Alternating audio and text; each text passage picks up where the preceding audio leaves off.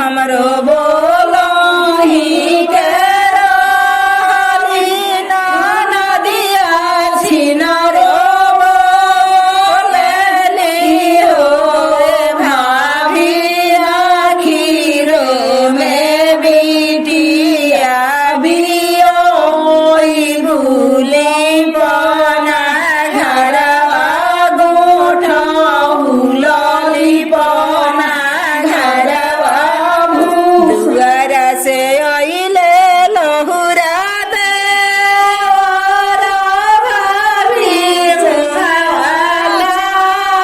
केले होए आमावरा रे साहे बाबा के धियावाली पवलू घरवा गोठहु लली पवलू ए आजीवारा रे साहे बाबा के धियावाली पवलू घरवा गोठहु लली पवलू हरी राति गइले पहर राति अवरु समैया राति होए ललना योधे राति बबुआ जनमले दुआरे बाजन बाजेला महले उठे सोहरमा सासु हमरो अइली गावतया झिझी बाजावत हो यारे योधे डांगे नाचेली ननदिया भतीजवा के बधैया लेबो भतीजवा नाचत आवेले नौनिया तोरा तबरनिया आवे होए ललना डेढ़े डांगे नाचेली ननदिया भतीजवा के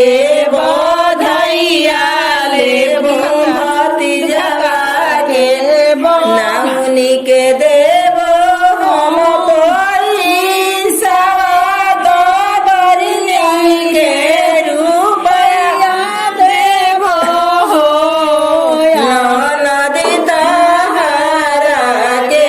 कुछहु ना देबोली पवलू घरवा गोठहु लली पवलू घरवा